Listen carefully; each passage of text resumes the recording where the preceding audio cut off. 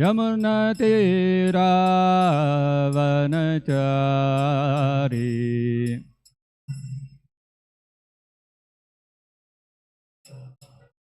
जय राधा माधवा कुंज विहारी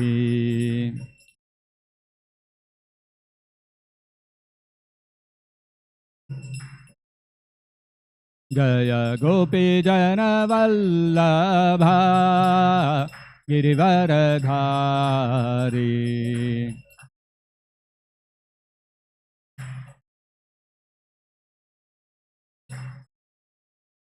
यशोदनंदन व्रज जन रंजना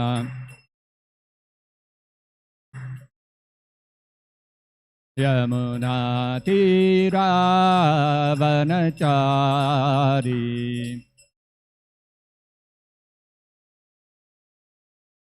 यमुना तीरावनचारी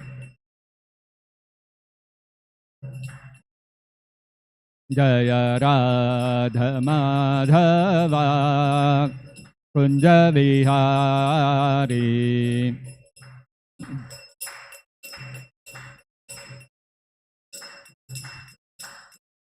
जय राधा माधवा कुंज विहारी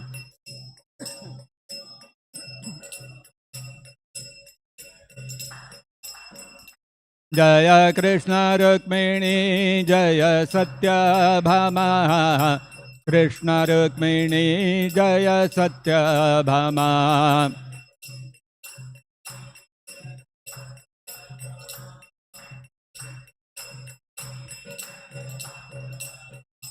जय कृष्ण बलराम जय कृष्ण बलराम कृष्ण बलराम जय कृष्ण बलराम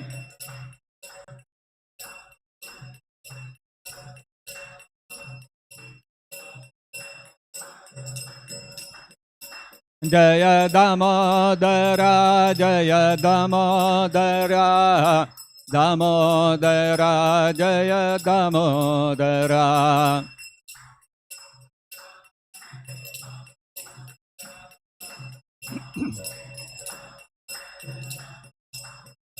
जय गौरनिताय जय गौरनिताय गौरनिताय जय गौरनिताय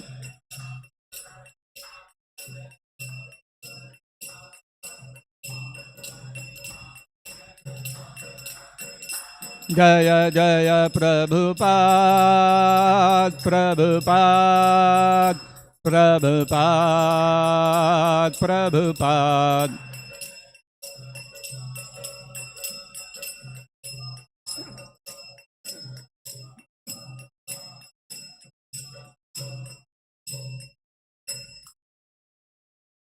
जय विष्णुपाद परमंस परिव्राजकतरेष्ठोत्तर सत Shri Srimad divine grace AC Bhakti वेदांत स्वामी श्रील प्रभुपाद की जय। जय विष्णुपाद परमंस परिव्राजकतरेष्ठोत्तर सत श्री श्रीमद डिवाइन ग्रेस श्रील भक्ति सिद्धांत सरस्वती गोस्वामी महाराज की जय। अनंत कोटि वैष्णव वृंद की जय। प्रेम से कहो श्री कृष्ण चैतन्य प्रभु नित्यानंद श्री अद्वैत गदाधर शिवासादि गौर भक्त वृंद की जय। ग्रंथराज श्रीमद्-भागवतम की जय।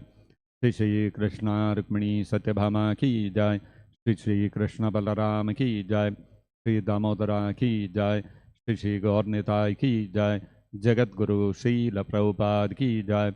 निताय गौर प्रेमानंदे हरि हरि बोल। ओम नमो भगवते वासुदेवाय। ओम नमो भगवते वासुदेवाय। ओम नमो भगवते वासुदेवाय।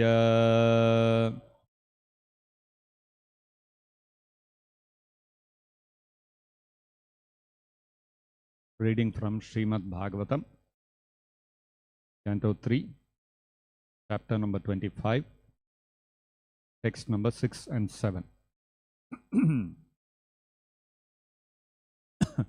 Text 6 has no purport, so I'll read it by myself. Text 7 we can chant together. Tamasinam akarmanam tattvamargagradarshanam Swasutam devahutyaha dhatuhu samsmarati vachaha. Translation by His Divine Grace, Srila Prabhupada. When Kapila, who could show her the ultimate goal of the absolute truth, was sitting leisurely before her, Devahuti remembered the words Brahma had spoken to her, and she therefore began to question Kapila as follows. Text number 7. Devahutirvacha nirvinna nitaram bhuman nirvinna nitaram bhuman nirvinna nitaram bhuman Asad indriya tarshanat asadindriya tarshanat Asadindriya tarshanat yena sambhavyamanena yena sambhavyamanena yena sambhavyamanena prapanna andham tamaha prabho prapannandham tamaha prabho Prapannandham tamaha prabho Devahutirvacha nirvinna nitaram bhuman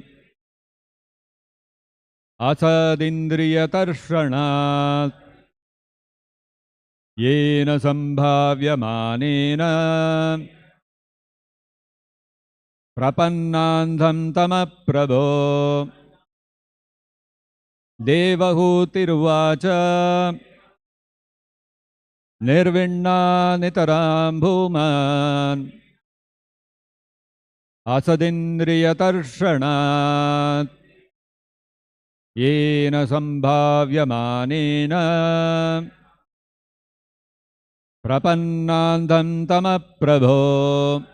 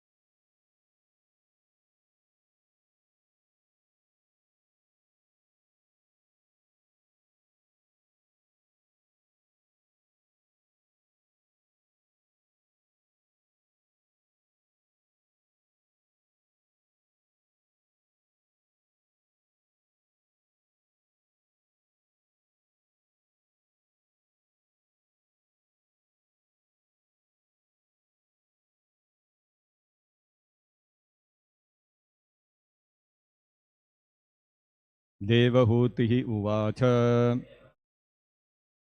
Devahuti said, Nirvinna, disgusted, Nitaram, very, Bhuman, O my Lord, Asad, impermanent, Indriya, of the senses, Tarshanat, from agitation, Yena, by which, Sambhavyamanena, being prevalent, Prapanna, I have fallen, Andham tamaha, into the abyss of ignorance. Prabho, O my Lord. Translation and purport by His Divine Grace, Srila Prabhupada. Devahuti said, I am very sick of the disturbance caused by my material senses. For because of this sense disturbance, my Lord, I have fallen into the abyss of ignorance. Purport by Srila Prabhupada. Here the word Asad Indriya Tarshanat is significant. Asat means impermanent, temporary, and Indriya means senses. Thus, Asadindriya Tarshanat means from being agitated by the temporarily manifest senses of the material body. We are evolving through different statuses of material bodily existence. Sometimes in a human body, sometimes in an animal body. And therefore, the engagements of our material senses are also changing. Anything which changes is called temporary or asat. We should know that beyond these temporary senses are our permanent senses, which are now covered by the material body. The permanent senses, being contaminated by matter, are not acting properly. Devotional service, therefore, involves freeing the senses from this contamination. When the contamination is completely removed and the senses act in the purity of unalloyed Krishna consciousness, we have reached Sad Indriya or eternal sensory activities. Eternal sensory activities are called devotional service, whereas temporary sensory activities are called sense gratification. Unless one becomes tired of material sense gratification, there is no opportunity to hear transcendental messages from a person like Kapila. Devahuti expressed that she was tired. Now that her husband had left home, she wanted to get relief by hearing the instructions of Lord Kapila. Thus ends the Bhaktivedanta purport. Om Ajnana Timirandhasya Jnananjana Chakshurunmilitam Yena Tasmai Shri Gurave Namaha. Namavo Vishnupadaya Krishna Presthaya Bhutale Srimate Bhaktivedanta Swaminiti Namine Namaste Saraswate Deve Gauravani Pracharine Nirvishesha Shunyavadi Paschatya Deshatarine Jaya Shri Krishna Chaitanya Prabhu Nityananda Shri Advaita Gadadhara Shri Vasadi Gaura Bhakta Vrinda Hare Krishna Krishna Krishna Hare Hare Hare Rama Rama Rama Hare Hare Mukam Karoti Vachalam Pangam Langhayate Girim Yat Kripatamaham Vande Sri Gurum Deenataranam.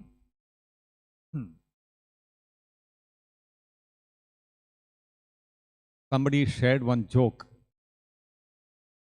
about a man from the city, a young guy from the city.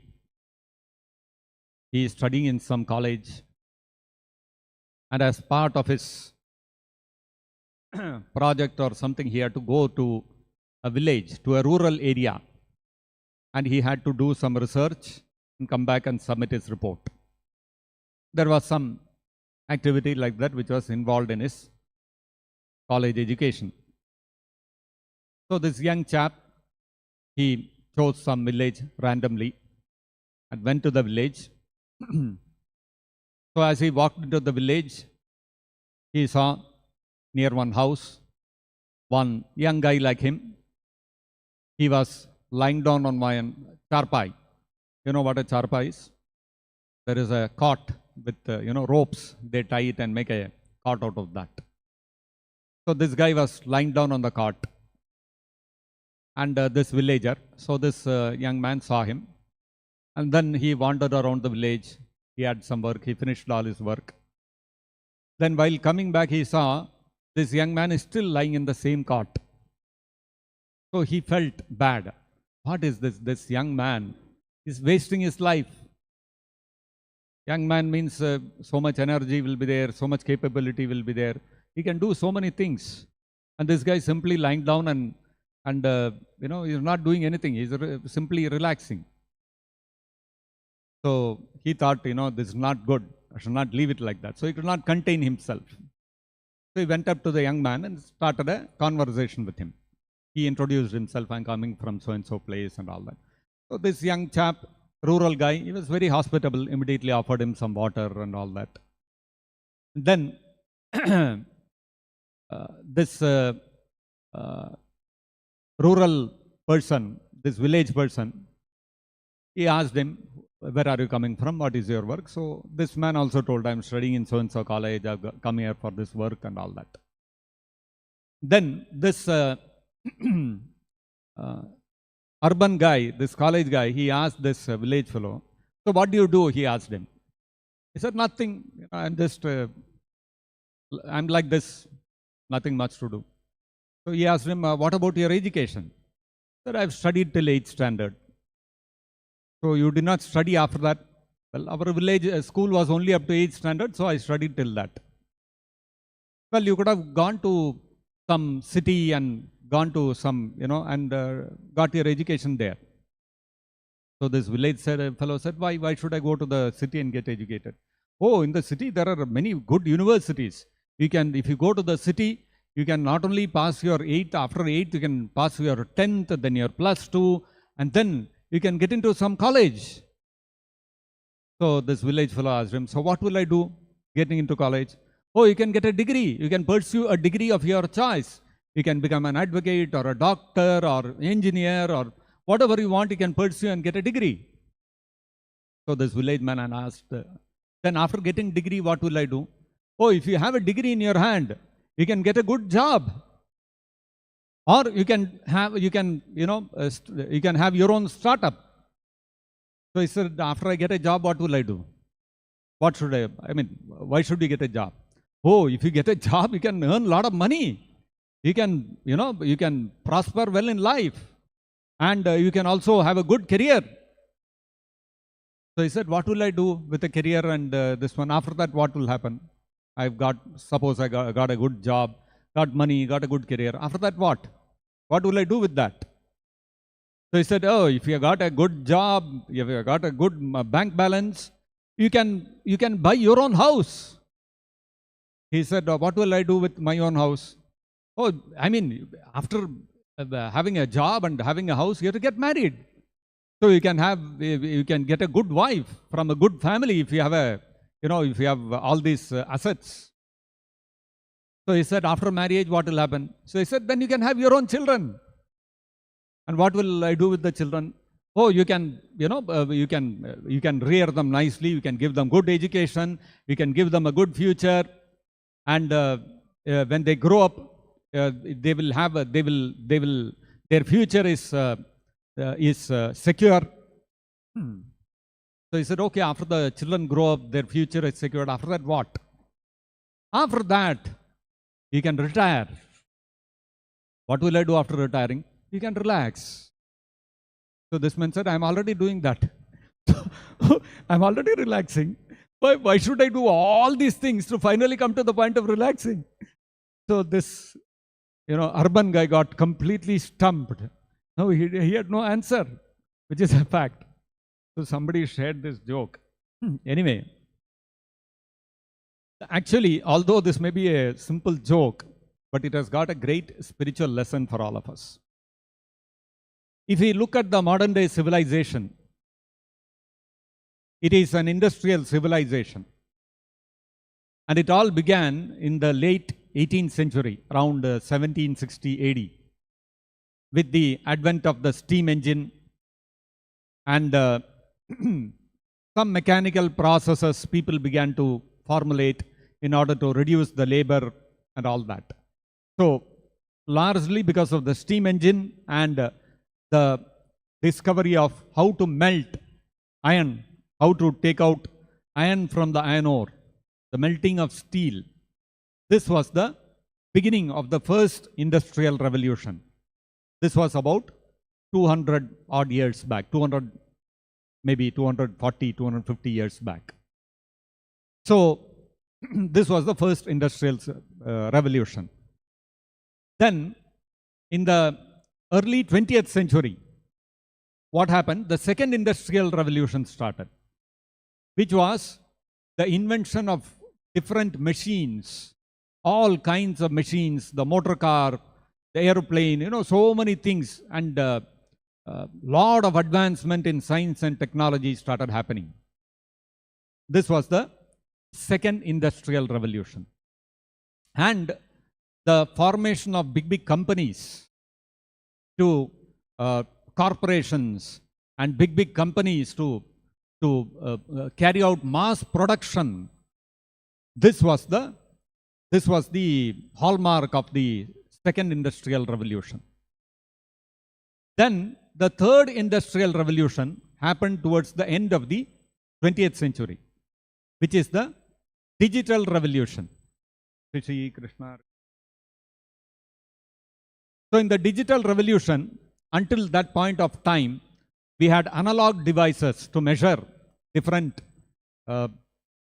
processes, and all the controls of the different machines and all were mechanical, analogous.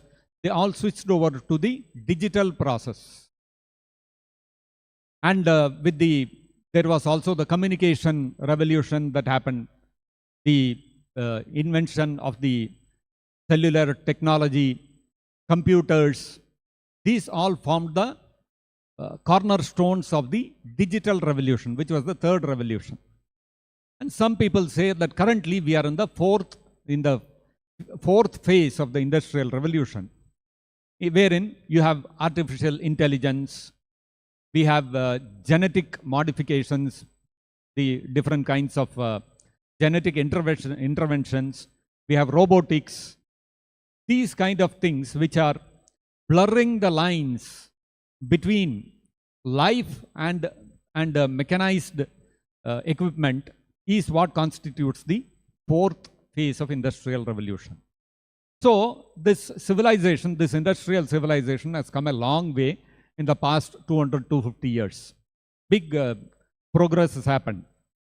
This progress has not only brought about changes in the way we do things in the field of production, etc. It has brought about even cultural revolutions also. In fact, before the Second World War, women would hardly go out for work, even in the Western world. Less than 10% of the people would be women. Mostly women were confined to the homes and taking care of the household chores. But with the World War II, what happened? Men had to go out to the battlefield. So there were nobody left in the cities to work in all the factories and offices and all that. So that is how women started going out and started working. So women became, these are all cultural revolutions that happened. Women did not have voting rights. Suffrage, there was a movement for suffrage in the 20th century, and that's how women got the voting rights. The abolition of slavery, which also happened in the 20th century. So this industrial revolution has not only brought about a revolution in the way things are produced and mass produced, and it has given rise to capitalism, etc., all these kind of things. It has also brought about, in this phase of last 200-250 years, we have seen a lot of changes culturally, socially, etc. also. Then the advent of democracy. These are all, revolutionary things that have happened in the last 200-250 years. Now, all these things, so much amount of progress, so much amount of hard work by the scientists, and so many inventions, discoveries, and everybody, the modern scientific world, they all applaud all these advancements. But in reality, if you look at it, we are doing all these things ultimately for what? Every activity, every discovery, every invention, all these revolutions that have happened, these are all, you can boil them all down to basically 4 activities: eating, sleeping, mating, and defending. Which is what all the animals are also doing without any of these revolutions. Animals don't have any industries. They don't need any economic revolution. They are not undergoing any revolutions in their society, in their culture. None of those things are there. Animals have been living like that only from the beginning. And they are happily engaged in eating, sleeping, mating, and defending. So, like that village man who asked that question, doing all these things finally for what? To relax, which I am already doing. So, animals are already doing eating, sleeping, and mating, and defending. And we are doing all these revolutions for what? Ultimately to engage in the same eating, sleeping, mating, and defending. So, what is the meaning of this? So, it is actually a meaningless revolution that is going on. So, this revolution, actually all these industrial revolutions, whatever revolutions we have undergone in the last 200 to 250 years, they are all born out of a thirst to increase these activities of eating, sleeping, mating, and defending. And actually, if you see, before all these industrial revolutions happened, people were engaging in the same eating, sleeping, mating, and defending, but in a very restrained way. The society, there were many rules and regulations by which the interaction between man and woman would be very controlled. But as time has gone by and as these industrial and other revolutions have taken place, all those restrictions have all dissolved. So the restraint, the self-restraint that human beings, which is the prerogative of human beings, which you cannot find in animal life, that has slowly eroded over time. And we are practically moving towards becoming more and more animalistic in our civilization. Why? Because all these activities, all these revolutions are driven by the thirst for improving and enhancing the experiences of eating, sleeping, mating, and defending. Nowadays, we have this drug culture which is becoming more and more common amongst the youngsters, the youth, even the rich people, all of them, from all different strata of the society. Everybody wants to engage in intoxication, in drugs, in alcohol, and these kind of things. Why? Because these things are, they are perceived to enhance our experience of eating, sleeping, mating, and defending. So that's what it is all about. So as long as we keep increasing this thirst for eating, sleeping, mating, and defending, what will happen? As Devahuti is telling in today's verse, she is saying,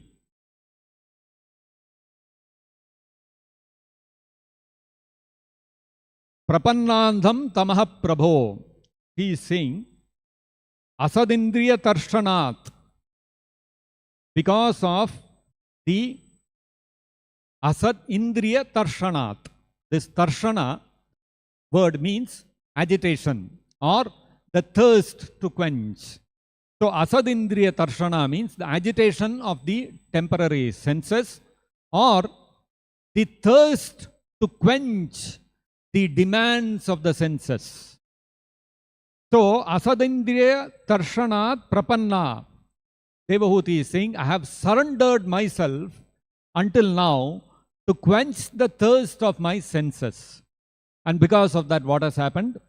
Andham tamaha prabho. I have fallen into the abyss of ignorance. So, when we increase the thirst for eating, sleeping, and mating and defending, what happens? We will fall deeper and deeper into the chasm of ignorance, darkness of ignorance. Ignorance of what? Ignorance of our true identity as spirit souls independent from this body. Therefore, Parikhit Maharaj, in the 10th canto of the Srimad-Bhagavatam, he requests Sukadeva Goswami to directly describe the pastimes of Krishna. Because until the end of the 9th canto, Sukadeva Goswami had been describing so many things. He had described so many important personalities, important kings who had descended in the dynasty of the sun and the moon.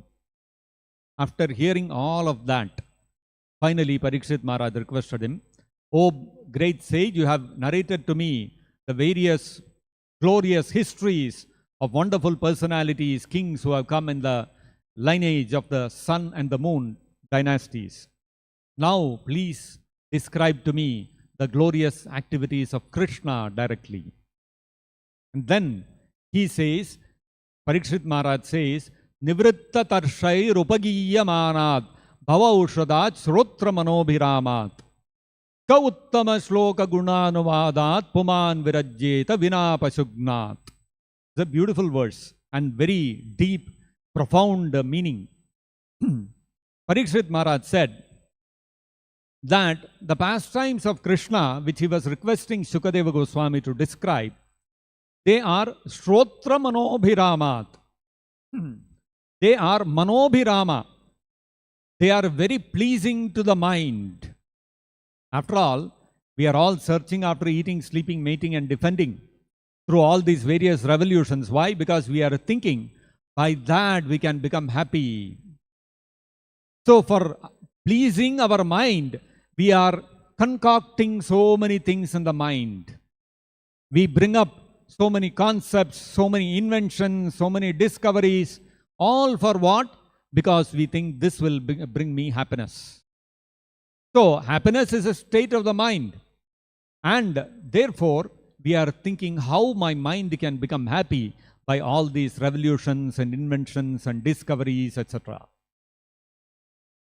Parikhit Maharaj is saying, Manobhiramat, these activities of Krishna are actually very pleasing to the mind. They are pleasing to the mind for whom? If they are really pleasing to the mind, why is not the vast mass of people doing that same thing? The whole civilization is running after this happiness. And if it is available in the glorification of Krishna, why is not everybody taking to it? Very few people take up hearing about Krishna from the Bhagavad-gita and Srimad-Bhagavatam. The rest of the majority of 99.99% of the people, they are all engaged in enhancing the experiences of eating, sleeping, mating and defending. So, if the pastimes, the glorious pastimes of Krishna are really pleasing to the mind, why are not everybody engaged in it? Because Parikhit Maharaj says, they are manobhirama, they are very pleasing to the mind for the shrotra. Shrotra manobhiramat. Shrotra means, shrotra or shrotriya means the people who are coming in the disciplic succession, in the Guru Shishya Parampara. For those who are attached to a Guru Shishya Parampara, one of the four Vaishnava Sampradayas, for them the glorious activities of Krishna become very pleasing. And therefore, Upagiyamanat, such glories, such glorious pastimes, form, qualities, etc. of Krishna are Upagiyamanat, constantly sung by such great personalities who come in the Guru Shishya Parampara. And what is the other qualification of these Shrotras, of these personalities who are coming in the disciplic succession? They are Nivritta Tarshai. They have Nivritta, they have retired from Nivritta Tarshai. The same word Tarshana is being used. Nivritta Tarshai, they have retired from engaging in satisfying or quenching the thirst to satisfy the demands of the senses, to engage in the activities of eating, sleeping, mating and defending. So, such personalities who are attached to the Guru Shishya Parampara and who have stopped completely their activities of eating, sleeping, mating and defending, who are no more interested in running after this industrial civilization, they are no more interested in enhancing the experiences of the senses, they are no more interested in improving the facilities for sense gratification. Such personalities, Upagiyamanat, Bhavaushada, Shrotra Manobhirama, they can actually take pleasure in hearing about the glorious activities, pastimes, qualities and form of the Supreme Lord. So, one set of people, they are engaged in the advancement of economy, science, technology, politics, society, etc., all these kind of things, and they are thinking they can become happy by this. And there is a very small minority of people who are engaged in, who have rejected those kind of activities, and they are engaged in glorifying Krishna for what? For the same happiness, to experience the same manobhirama. So what's the difference? You may choose to go this way or that way. What is the difference between the two? What is so big in trying to achieve that happiness by glorifying Krishna? Because Parikhit Maharaj said, Bhava Ushadat. If we simply hear about Krishna in the proper Vaishnava Guru Sishya Sampradaya, then what will happen? This will not only be Manobharamat, it will give us great happiness for the mind. It will also act as a medicine for Bhava Aushadhi. It will act as a medicine for curing our disease of repeated birth and death within this material world. So, then again the question comes, oh, if such a great benefit is going to accrue to us, we are not only going to be happy, but we are also going to get liberated. Then why do people not take it up? It is such a wonderful, easy process. Hearing about Krishna, glorifying Him, honoring His prasadam, singing and dancing, engaging in Sankirtan before the deities of Krishna. They are all easily performed. Even a small child can perform, and very happily performed. Then why don't people take it up? So Parikhit Maharaj says that Ka uttama shloka gunadvadat virajyeta puman vina pashugnat.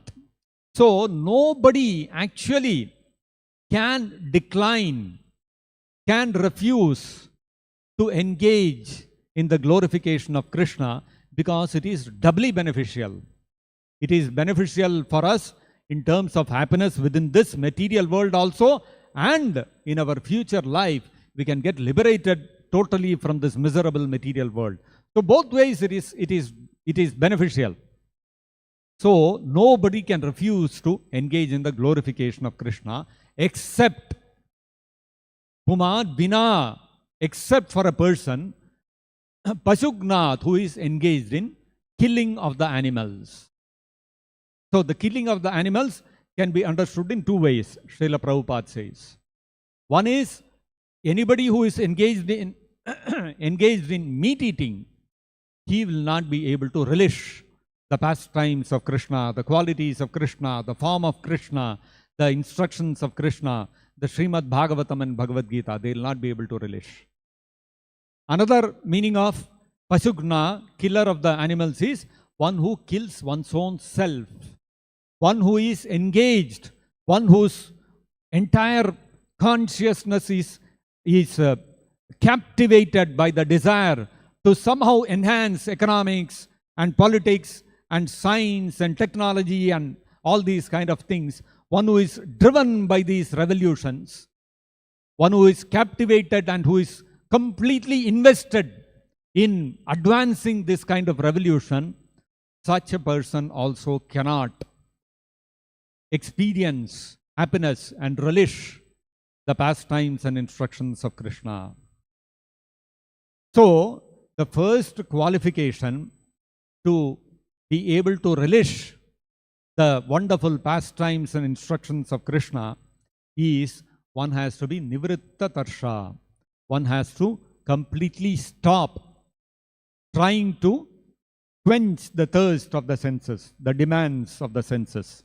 And one must stop running after all these kind of material advancement and prosperity. So when we say this, these are all very revolutionary things. Because in today's world, if you say that we should stop our pursuit of economic and political advancement and development, people will be shocked. They'll say, you're gone out of your mind. Look at the kind of development and progress India has done in the last so many years. If we did not pursue economic development like that, 1947 we would have still been there as a poor country. But today India is counted as one of the most advanced and one of the most progressive nations. All the countries in the world are looking up to India as the next superpower. or whatever India is going to be.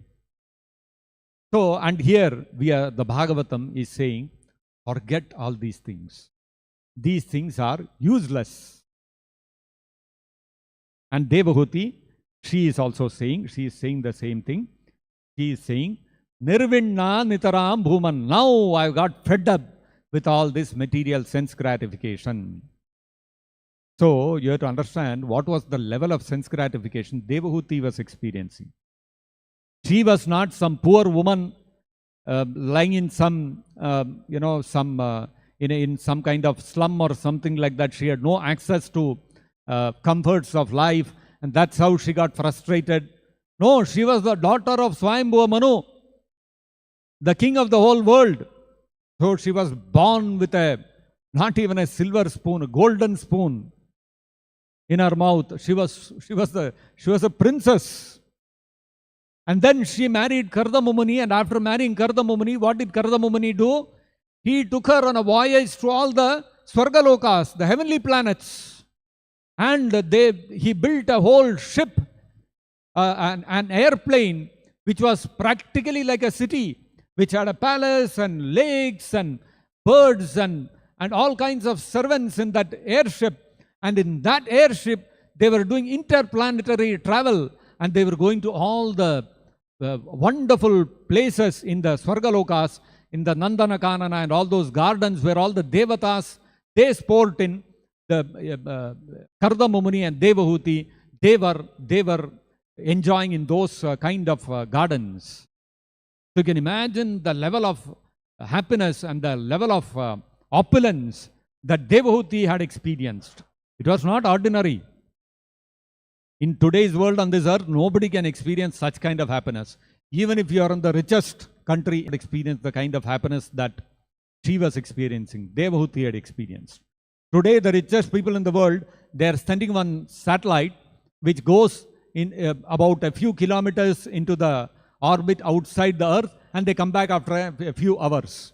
That much only the richest man in the world is able to do today.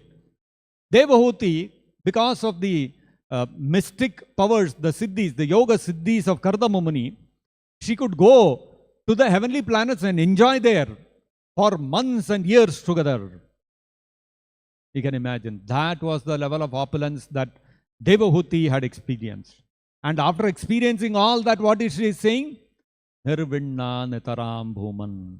I got completely frustrated. Enough.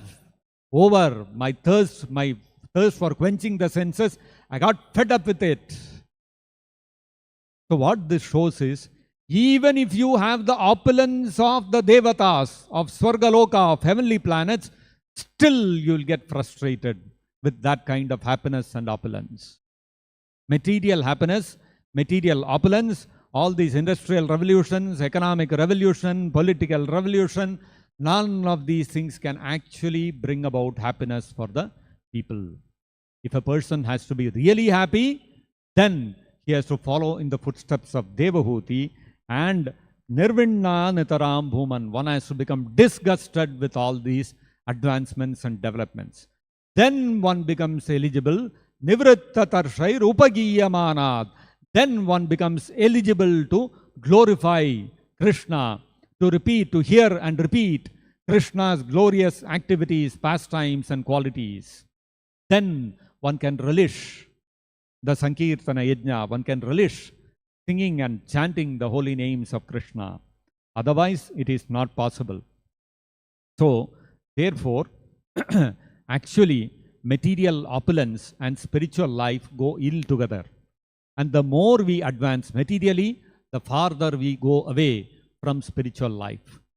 And that is why Krishna also says in the Srimad-Bhagavatam that Yasyaham anugrannami harishye tadhanam shanaihi tado adhanam svajanamasya tyajanti.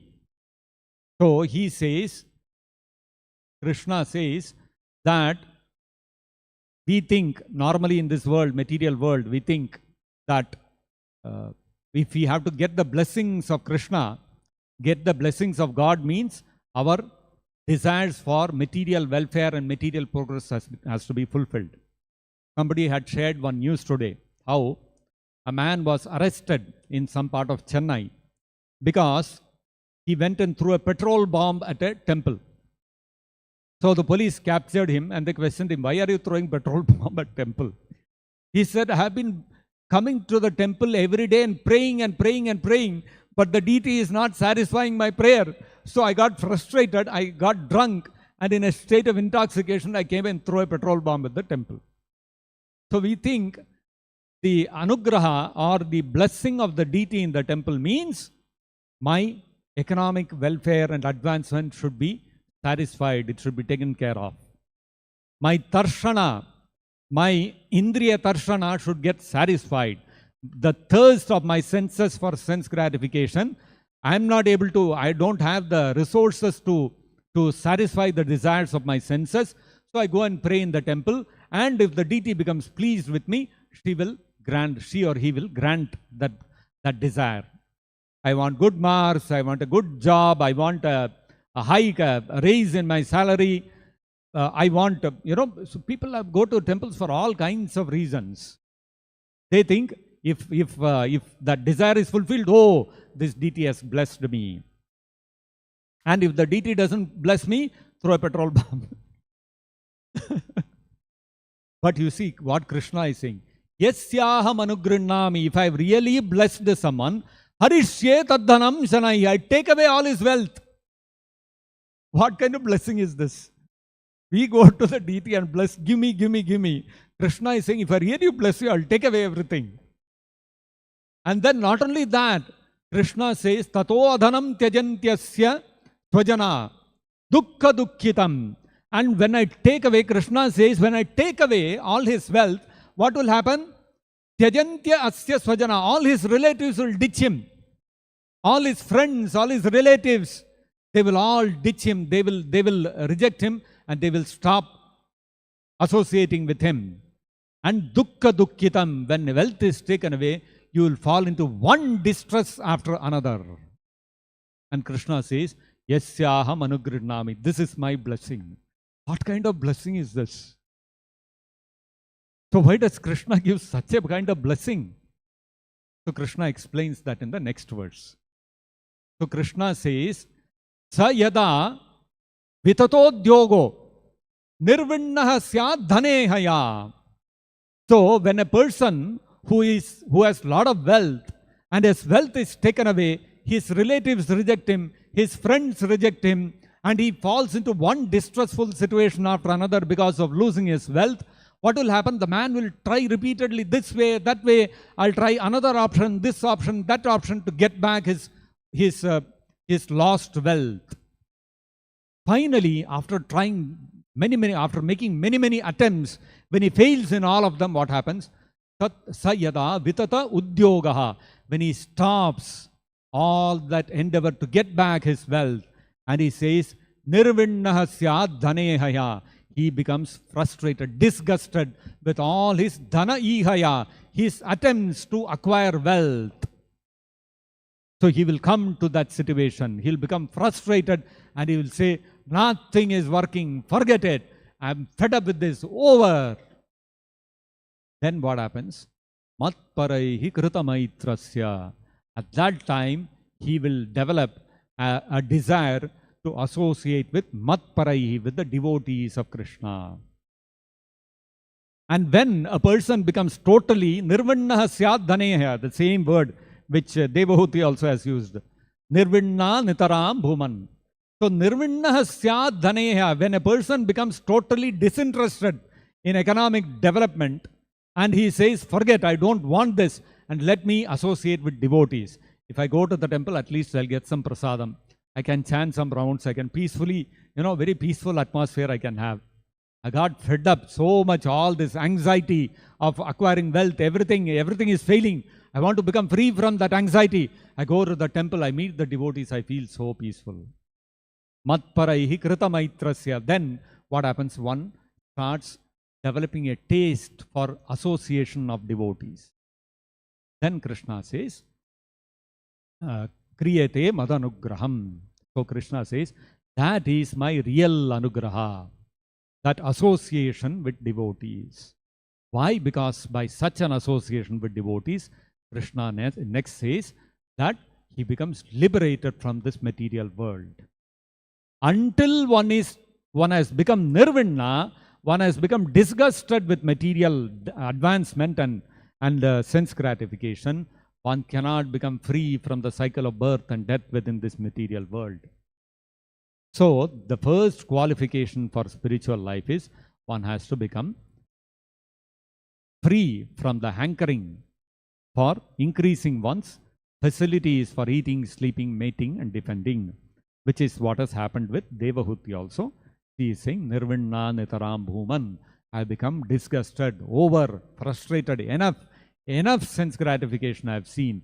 Even the sense gratification which is available for the Devatas in the heavenly planets, the demigods in the heavenly planets, I have tasted that also. Enough, over. Now, she is ready to come out of the ignorance of the bodily concept of life, and therefore, Krishna as Paramatma is reminding her of Brahma's words. What were the words of Brahma? In the previous chapter, we have seen how when Kapila was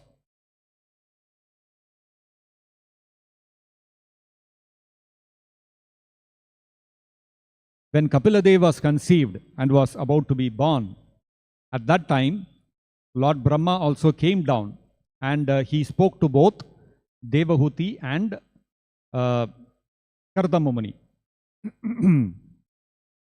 Where is that?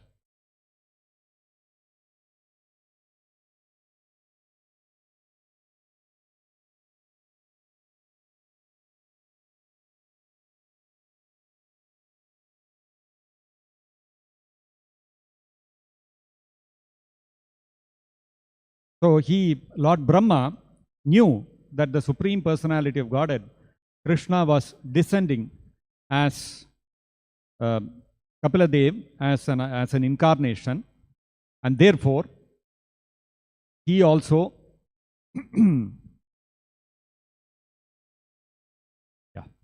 the 24th. Yes. So, Lord Brahma, understanding that the Supreme Lord had incarnated as Kapila Deva, he came and he spoke to Kardama Muni and Devahuti. He addressed both of them. And he said,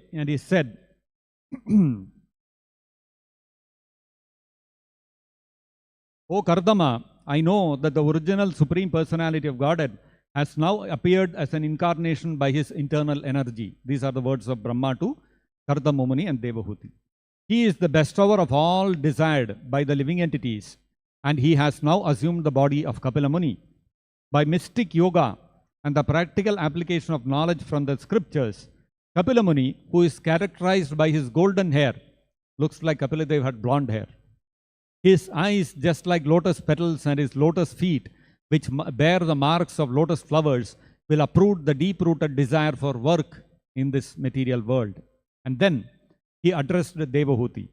My dear daughter of Manu, the same Supreme Personality of Godhead who killed the demon Kaitabha is now within your womb.